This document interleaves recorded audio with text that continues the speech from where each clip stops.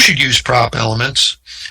Obviously, propeller designers or consultants currently use prop elements for creating optimized custom designs, or semi-custom product models. You can create something that is not unique to a particular vessel. It's unique to a vessel type. What I mean by that is we can represent the inflow in the wake field by a particular radial wake distribution that's not specific to a particular motor yacht, but is representative of the family of twin screw motor yachts.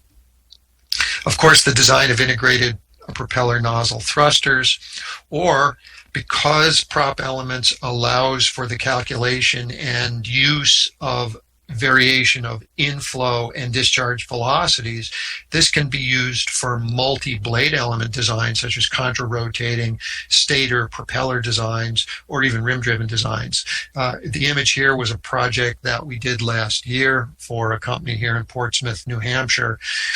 This was a contra-rotating bow propeller, a tractor style propeller that was designed with prop elements.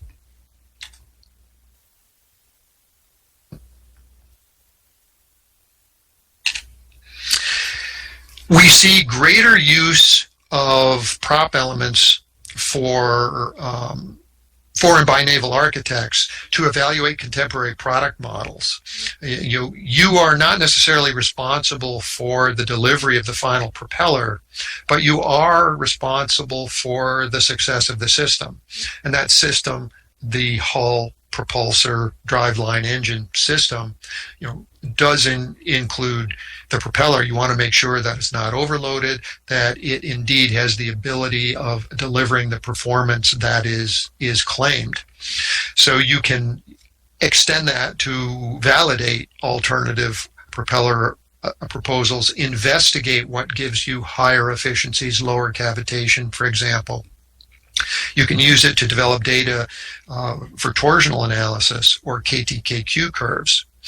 Hydroacoustics, noise and vibration, is becoming a large design driver, and we have in the works some fundamental hydroacoustic models to include in the performance page, so you can get a quick metric that you can then compare things with.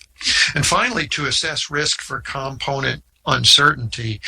And by that, I'd like to just use an illustration of a project that we used prop elements on for a ducted propeller that was not meeting its bollard pull requirements. The image to the left is a ducted propeller, as I said, is a 19A nozzle with a Kaplan blade form in it. And what we're seeing here is a CFD image without any hull in front of it.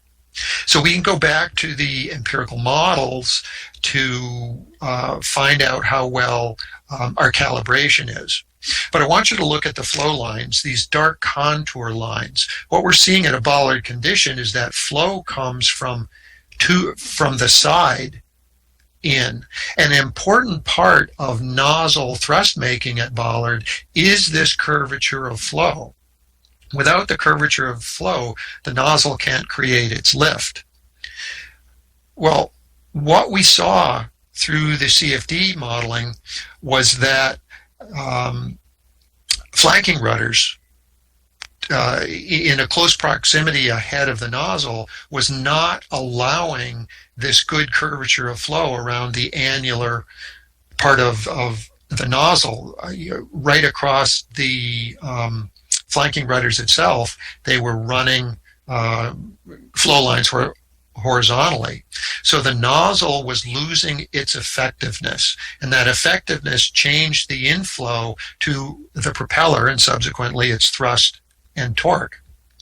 So while we cannot model the flow characteristics like this in PropElements, this is something that you would require CFD for. What we can model is nozzle effectiveness. We have the ability in PropElements to choose a nozzle type, 19A for example, and derate the effectiveness of the nozzle and begin to observe what the changes in thrust and torque are going to be.